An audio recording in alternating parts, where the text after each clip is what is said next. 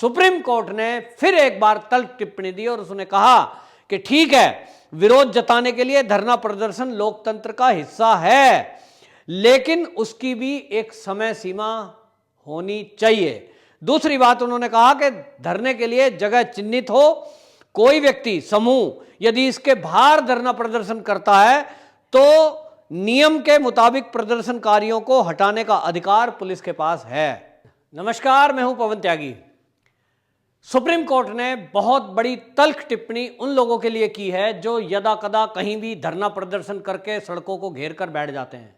ये टिप्पणी इस बार शाहीन बाग को लेकर की है। आपको बताएं कि शाहीन बाग की अक्टूबर में एक याचिका इन्होंने डाली थी जिसमें शाहीन बाग के धरने को जायज ठहराते हुए इन लोगों ने कहा था कि हमारा ये कानूनी अधिकार है कि हम अपना विरोध प्रदर्शन करने के लिए कहीं भी बैठ सकें।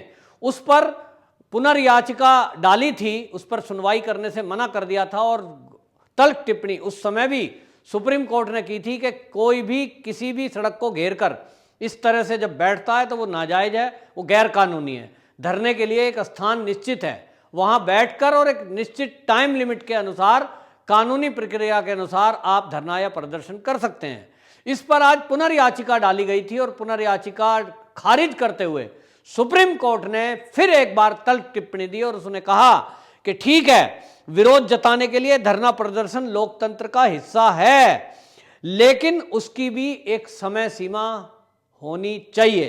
दूसरी बात उन्होंने कहा कि धरने के लिए जगह चिन्हित हो, कोई व्यक्ति समूह यदि इसके बाहर धरना प्रदर्शन करता है तो नियम के मुताबिक प्रदर्शनकारियों को हटाने का अधिकार पुलिस के पास है। दूसरा उन्होंने कहा कि आम लोगों की जिंदगी पर इस धरना और प्रदर्शन से कोई असर नहीं पड़ना चाहिए जो लोग आप करना चाहते हैं। और उन्होंने कहा धरने के लिए सार्वजनिक स्थान पर कब्जा नहीं किया जा सकता। ये जितनी टिप्पणी सुप्रीम कोर्ट ने की है तो वो शाहीन बाग और दिल्ली के अंदर जो सीए के विरोध में जगह जगह सड़कों पर बैठे हुए लोग थे, उन्होंने सड़कें जाम की, एक तरफ सड़कें मेट्रो स्टेशन जाम कर दिए थे, उसको लेकर के तल्ख टिप्पणी की। लेकिन आज आप देखिए कि यह करारा तमाचा इस समय किसान आंदोलन कर रहे लोगों के ऊपर भी लागू होता है, क्योंकि आप देखिए कि किसान आंदोलन जो ये कर रहे हैं, ये जो दिल्ली के बॉर्डर को घेर के बैठे हैं पिछले 2 महीने से अधिक, उस समय भी दिल्ली पुलिस ने इनके लिए स्थान निश्चित किया था। इनकी संख्या को देखते हुए बुराड़ी मैदान तय किया गया था, लेकिन ये लोग अड़ गए और इन्होंने कहा कि हम बुराड़ी मैदान में नहीं जाएंगे, हम तो यहीं बॉर्डर पर बैठेंगे। तो ये सार्वजनिक स्थान का इस्तेमाल कर रहे हैं, ये आम जनता को भी परेशान कर रहे हैं और इन्होंने ना स्थान निश्चित जो था उसका पालन किया, ना पुलिस के द्वारा जो गाइडलाइन थी उसका पालन किया। और एक तरह से मैं कहूं तो सुप्रीम कोर्ट की जो टिप्पणी है इसके अनुसार, जो उन्होंने आज शाहीन बाग के ऊपर टिप्पणी की है सुप्रीम कोर्ट ने, इसके अनुसार किसान आंदोलन में जो ये धरने चल रहे हैं ये गैर कानूनी है, ये अवैध हैं और इसके खिलाफ कार्रवाई होनी चाहिए। यूं आपको बताऊं कि इसको लेकर के जब सुप्रीम कोर्ट में केस डाला गया था तब सुप्रीम कोर्ट ने, जो हमारे चीफ जस्टिस हैं, उन्होंने एक टिप्पणी करी थी जस्टिस बोबड़े ने कि ये पुलिस का काम है, कानून व्यवस्था पुलिस देखे। तो ठीक है, पुलिस देखेगी, लेकिन जब पुलिस देखने का काम करती है तब उसके विरुद्ध सारे लोग खड़े हो जाते हैं। ये आज पुलिस पिटी, 300 से अधिक पुलिसकर्मी लाल किले कांड में घायल हुए, उसके बारे में कोई नहीं बोला। लेकिन यदि एक भी पुलिस की गोली से कोई भी आंदोलनकारी घायल हो जाता या गोली चल जाती, क्योंकि गोली चलाने की नौबत तो थी, इस देश के तिरंगे का अपमान कोई सिपाही कैसे देख सकता है? इस देश के तिरंगे का अपमान करना यह देशद्रोह है और देशद्रोही को गोली मारना कानून में है, कैसे नहीं मार सकते। लेकिन हमारी पुलिस ने धैर्य रखा। लेकिन इसका मतलब यह कतई नहीं है कि पुलिस बल प्रयोग नहीं कर सकती थी, लेकिन पुलिस बल प्रयोग करती तो सारे लिबरल, सारे वामपंथी और सारा बिकाऊ मीडिया ये उस हाईलाइट को चला रहा होता, जैसा कि सीए के टाइम में किया था। सीए के टाइम में आपको ध्यान होगा कि जिस समय जेएनयू में और जिस तरह आप देखिए जामिया में पुलिस ने बल प्रयोग किया तो उन फोटो को कैसा प्रचारित किया गया, पूरी दुनिया में दिल्ली पुलिस को बदनाम करने की साजिश की गई और जो पेट्रोल डालकर आग लगाई थी जामिया के लोगों ने, स्टूडेंटों ने, या यूं कहूं उग्रवादियों ने, उसमें जब पानी डाल रही थी दिल्ली पुलिस, तो उस फोटो को फोटोशॉप करके और ऐसा दिखाया गया कि दिल्ली पुलिस खुद ही आग में पेट्रोल डालकर उस आग को भड़का रही है। एक साजिश रची गई, उसको कामयाब कर दिया गया। ठीक इसी तरह आज ये जो किसान आंदोलन के नाम पर लोग सड़कों को घेर के बैठे हैं, इनको यह समझ लेना चाहिए अब कि ये जो सुप्रीम कोर्ट की टिप्पणी शाहीन बाग को लेकर आई है, ये आपके ऊपर भी लागू होती है और अक्षर से लागू होती है, क्योंकि सुप्रीम कोर्ट के जो फैसले में ये कहा गया है कि आप कोई भी विरोध करने के लिए इस तरह का काम नहीं कर सकते कि आप जो है कोई भी सार्वजनिक जगह पर बैठ जाओ जिससे आम जनता परेशान हो। हम जानते हैं कि सिंगू बॉर्डर हो, टिकरी बॉर्डर हो या गाजीपुर बॉर्डर हो, इससे लोग, लाखों लोग रोज प्रभावित हैं, घंटों घंटों जाम में फंस रहे हैं। और सिंगू बॉर्डर पर तो हालत यह है कि कोई अगर हरियाणा से, पंजाब से आना चाहता है दिल्ली में, उसके लिए तो रास्ता पूरी तरह बंद है। वो यूपी से अंदर होते हुए बागपत, बड़ौद, शामली उस तरफ से होते हुए आए तो आए, लेकिन सिंगू बॉर्डर से उसकी एंट्री नहीं है। इंडस्ट्री बंद हो चुकी है, पिछले 2 महीने से अधिक वहां का व्यापार, दुकान सब ठप है, जिसके कारण बहुत सारे लोगों ने पलायन कर दिया है। कुछ लोग भूखे मरने की कगार पर हैं।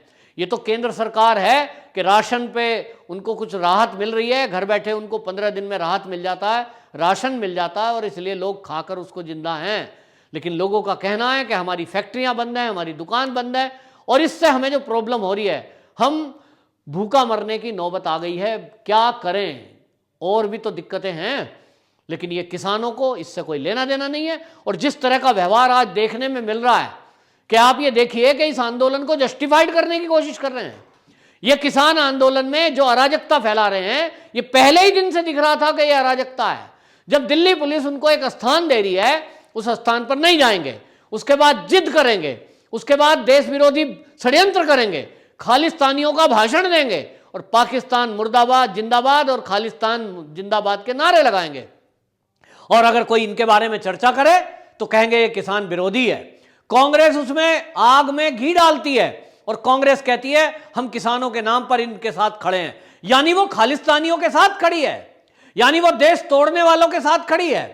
यानी ये जो कांग्रेस है, ये इस मूवमेंट को जो चला रहे हैं खालिस्तानी लोग, उस सारे खालिस्तानी आंदोलन को दोबारा चलाने के लिए फिर से साथ खड़ी है। क्या कहना चाहती है कांग्रेस, क्या कहना चाहते हैं वामपंथी? और अब तो खुलासा हो रहा है टूल किट का, लोग पकड़े जा रहे हैं।